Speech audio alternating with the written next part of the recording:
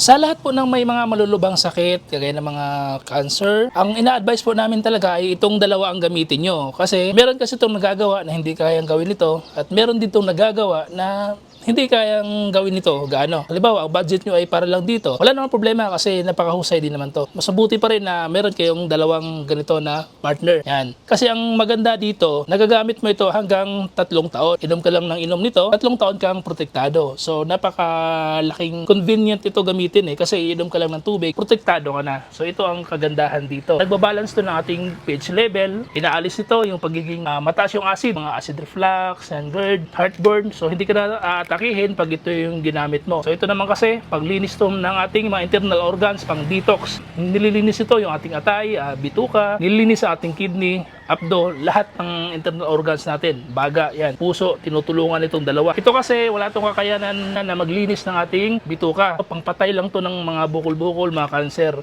Pero ito talaga ang the best kasi panglinis to ng bituka, kaya dapat tandem itong dalawa. Ito kasi talaga panglinis to ng internal organs natin. Kapag malinis ang bituka natin, walang dumi na mapupunta sa ating atay, sa ating kidney, sa ating abdo. Kaya dapat partner itong dalawa. Ito namang oil naman para sa external, sa labas nating katawan. Pag may mga bukol-bukol, the best ito pang pahid. Mga lahat ng skin disease, halos lahat ng problema sa balat, pwede ito.